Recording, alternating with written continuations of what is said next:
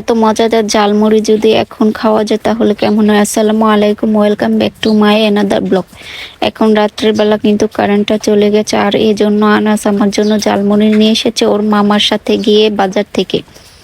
আনাসকে কিন্তু আমি যখনই কিছু বলি যে তোমার মামার সাথে যাও, আম্মুর জন্য ওইটা নিয়ে আসো ওইটা নিয়ে এসে, ঠিকই ও সুন্দরভাবে চলে যায়। তো ছোট, তারপরও কিন্তু খুব দায়িত্বটাও খুবই সুন্দরভাবে পালন করে। দেখুন ঝালমুড়িটা এনে তারপর আমাকে খুলে দিচ্ছে যে আম্মু তুমি এটা খাও, এটা খেলে খুব ভালো লাগবে, খুবই টেস্টি খাবার। ও যেভাবে বলে আমি আপনাদেরকে ওভাবেই বলে দিলাম। দেখুন এরপর ঝালমুড়িটা কিন্তু আমাদের এখানে খুবই ভাইরাল একটি ঝালমুড়ি, কারণ এই ঝালমুড়িটা খেতে কিন্তু ভীষণ মজা হয়। এরপর আনাজ দেখাচ্ছে যে কিভাবে এটাকে বানাতে হবে। তারপর ও আমার ছোট ভাই ঝালমুড়িটা মিক্স করছে। দেখুন ঝালমুড়িটা দেখতে কতটা লোভনীয়, আর একদম জিভে পানি চলে আসছে। এরপর আমার ভাই এক্সট্রা ভাবে সাদা মুড়িগুলো ঝালমুড়ির সাথে মিক্স করে নিচ্ছে, কারণ প্রচন্ড ঝাল ছিল ঝালমুড়িটা। রাত্রেবেলা কেন জানি না হঠাৎ করে ঝালমুড়ি খেতে মন চাচ্ছে, এই জন্য আমি ভাইকে বললাম যে ঝালমুড়ি আনার জন্য, আর আনার সাথে সাথে গিয়ে নিয়ে আসলে। এরপর পরের দিন সকালবেলা বাসার মধ্যে আম্মুকে বললাম যে একটু শুটকি ভর্তা বানিয়ে দিতে। তারপর আম্মু শুটকিগুলোকে এইভাবে কড়াইয়ের মধ্যে দিয়ে ভালোভাবে টেলে নিয়েছে।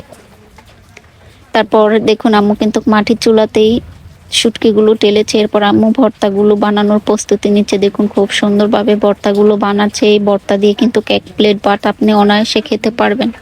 এরপর আম্মু যখন ভর্তাটা বানাচ্ছে আমি দাঁড়িয়ে দাঁড়িয়ে দেখছি আর একটু ভিডিও নিয়ে নিলাম। এরপর আজকে রান্না করেছিল ডাউল, ডাউলের সাথে শুটকির ভর্তা কিন্তু খুবই ভালো, আর সাথে ছিল শাক। আম্মু কিন্তু এই শাকটা আমাদের ক্ষেত থেকে উঠিয়ে নিয়ে এসেছে। এরপর আনাস চলে যাচ্ছে মাদ্রাসায়, মাদ্রাসায় যাওয়ার জন্য আনাস প্রস্তুত। এরপর বাইরের ওয়েদারটা দেখুন মাশাআল্লাহ খুবই সুন্দর ছিল, আর আজকে কিন্তু কারিয়ানো আনাসের সাথে মাদ্রাসায় যাচ্ছে।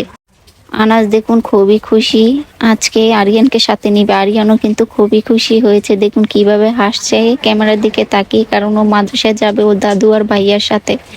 তারপর আমি দুই ভাইকে বিদায় করিয়ে দিয়ে দেখুন বাইরের রোডটা কিন্তু খুবই সুন্দর ছিল, আর বাইরের রোডটা খুবই ভালো লাগার কারণে অনেকেই কিন্তু ধান চাল শুকাতে পারছে ভালোভাবে। আর দেখুন খুবই সুন্দর বাতাস, ওদিকে ছাদের মধ্যে সবাই ধান শুকাচ্ছে যার যার মতো করে। গ্রামে কিন্তু এখন ধানের সিজন, সবাই ধান শুকাচ্ছে। আর এদিকে সূর্যটা একদম টকটক করছে লাল, প্রচন্ড রোদ কিন্তু এখন বাইরে। এরপর আমি ভর্তাটা দিয়ে ভাত খাবো। ভাতটা কিন্তু আমি খেয়ে তারপর আমার ফোনটা কভারটা একটু ভালোভাবে সাবান দিয়ে, এটা কিন্তু আমি শ্যাম্পু দিয়ে ভালোভাবে কভারটাকে এইভাবে পরিষ্কার করে নিয়েছি। ভাইয়ের কথায় আমি কোন ফান্দে পড়ে সাদা কভারটা কে বলবে আমাকে কেনার জন্য, ওদের কথায় আমি কভারটা সাদা কিনেছি। এরপর 2 দিন পর পর ময়লা হয়, এরকম সাবান দিয়ে আমাকে ওয়াশ করতে হয়।